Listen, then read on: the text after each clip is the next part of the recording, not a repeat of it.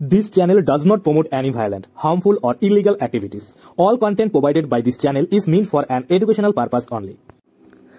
তো সিএআই নিয়ে কিন্তু খুশির খবর চলে এসেছে। যেসব বাংলাদেশি হিন্দুরা সিএতে আবেদন করতে পারছিলেন না ডকুমেন্টসের জন্য, সেক্ষেত্রে আপনাদের জন্য কিন্তু একটা স্বস্তির খবর, কারণ ইতিমধ্যেই সিএ যে নিয়ম সেটা কিন্তু পরিবর্তন করেছে কেন্দ্রীয় সরকার। কি পরিবর্তন করা হয়েছে, কিভাবে এবার আপনাদের সহজ হলো নাগরিকত্ব পাওয়া, সমস্ত কিছুই কিন্তু আজকে আমরা এই ভিডিওতে দেখে নেব। তো চলুন বেশি দেরি না করে ভিডিওটা শুরু করা যাক। তো প্রথমেই আমি আপনাদের বলে দিই, সিএএ অর্থাৎ সিটিজেনশিপ অ্যামেন্ডমেন্ট অ্যাক্টের মাধ্যমে নাগরিকত্ব পাওয়া কতটা কঠিন এটা হয়তো আপনারা সকলেই জানেন, কিন্তু বর্তমানে এই কঠিন কিছুটা হলেও সহজ কিন্তু করা হয়েছে। কি সহজ করা হয়েছে দেখুন, আমরা যদি দেখি যে এই যে নাগরিকত্ব আইন বা সিএ আইন, এই আইনের মাধ্যমে ইতিমধ্যে অনেকেই নাগরিকত্ব পেয়েছে, কিন্তু বেশিরভাগই পায়নি। কেন পায়নি? কারণ এই সিএ আইনে বলা হয়েছে যে আপনি যে দেশ থেকে এসেছেন, অর্থাৎ পাকিস্তান হতে পারে, আফগানিস্তান হতে পারে, বাংলাদেশ হতে পারে, যেখান থেকে আপনি আসছেন না কেন সেই গভর্নমেন্টের একটা ডকুমেন্টস আপনাকে কিন্তু এই নাগরিকত্ব আবেদন করার সময় দিতে হচ্ছে, বা সিএ এর মাধ্যমে নাগরিকত্ব পাওয়ার জন্য তখন কিন্তু সাবমিট করতে হয়। কিন্তু ম্যাক্সিমাম লোক রয়েছে যাদের কাছে কিন্তু আগের দেশের যে ডকুমেন্টস সেটা কিন্তু নেই। তো সেক্ষেত্রে কিভাবে আবেদন করবেন, এই প্রবলেমটাকে সলিউশন করার জন্যই কেন্দ্রীয় সরকার নাগরিকত্ব সংশোধনীয় আইনের নিয়মাবলীর একটি কিন্তু ধারা সংশোধন করলেন। এতদিন আফগানিস্তান, বাংলাদেশ বা পাকিস্তান থেকে আসা শরণার্থীরা সিএ এর আওতায় নাগরিকত্ব পাওয়ার জন্য আবেদন করতে হলে সেই দেশের কোনো সরকারি কর্তৃপক্ষের প্রদান করা কোনো নথি কিন্তু জমা দিতে হতো। ওই নথির মাধ্যমে বোঝা যেত যে ব্যক্তিটি কোথা থেকে এসেছে, আফগানিস্তান, বাংলাদেশ নাকি পাকিস্তান থেকে। নয়া নিয়ম অনুযায়ী ভারতীয় যে কেন্দ্রীয় সরকার বা রাজ্য সরকার বা অন্য কোনো আইনের বা আদালতের মতো বা প্রশাসনিক যে সংস্থা রয়েছে সেখান থেকে যদি তারা কোনো ডকুমেন্টস জারি করে বা শংসাপত্র জারি করে দেয়, সেক্ষেত্রে কিন্তু সেই নথি জমা দিয়েও নাগরিকত্বের আবেদন করা যাবে। আর এই যে সিদ্ধান্ত, এই সিদ্ধান্তকে সাধুবাদ জানিয়েছে অনেকেই।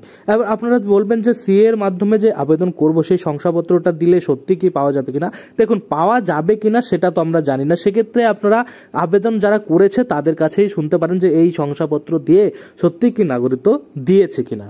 এবার দেখুন, এখানে দেখা হচ্ছে অনেক ফ্যাক্টর রয়েছে যে কেন আপনারা এসেছিলেন, আপনারা কি সত্যি মনে করুন যে অত্যাচারিত হয়ে বাংলাদেশ থেকে ভারতে এসেছিলেন কিনা, বা আপনি এমনি চলে এসেছেন ভিসা করে তারপরে আর যাননি, ওরকম কিন্তু এই জিনিসগুলো কিন্তু দেখেই শংসাপত্র প্রদান করা হয়, খুঁটিনাটি জিজ্ঞাসা করে তারপরে কিন্তু দেওয়া হয়, এটাই কিন্তু বলা হচ্ছে।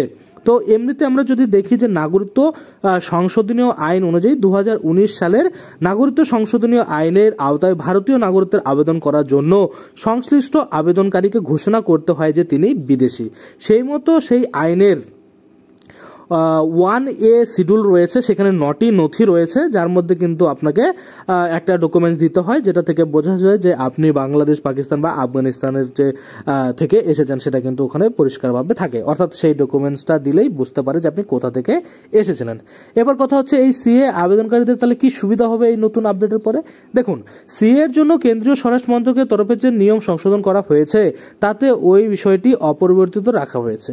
বাড়তি হিসাবে একটি নতুন নিয়ম যোগ করা হয়েছে, যে নিয়ম অনুযায়ী ভারত সরকার বা ভারতের রাজ্য সরকার বা ভারতের কোনো আইনের আদালতের মতো, তবে সেটা পরিচালনা করবে প্রশাসনিক বা যে কোনো প্রশাসনিক সংস্থা হতে হবে, তাহলে সেই সংস্থা যদি জারি করে সেই নথিও কিন্তু বৈধ বলে বিবেচনা করা হবে, এটা কিন্তু বলা হয়েছে।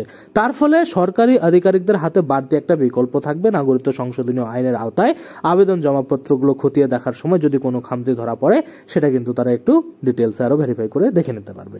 তাহলে এই মুহূর্তে কারা এই সুবিধা পাবেন? দেখুন, নাগরিকত্ব সংশোধনীয় আইনের যে নিয়ম রয়েছে বা সিএ যে নিয়ম অনুযায়ী আবেদনকারীর অবশ্যই কিন্তু ধর্মের জন্য যে স্থানীয় পুরোহিত বা নামকরা স্থানীয় কমিউনিটি ইনস্টিটিউট রয়েছে সেখানকার কিন্তু প্রদত্ত শংসাপত্র লাগবে, তাহলে কিন্তু হবে। আর এমনিতে আপনারা জানেন সকলেই যে 2014 সালের 31শে ডিসেম্বরের মধ্যে অবশ্যই কিন্তু আপনাকে ভারতে প্রবেশ করতে হবে, তাহলে কিন্তু আপনারা সিএ এর মাধ্যমে নাগরিকত্বের জন্য আবেদন করতে পারবেন।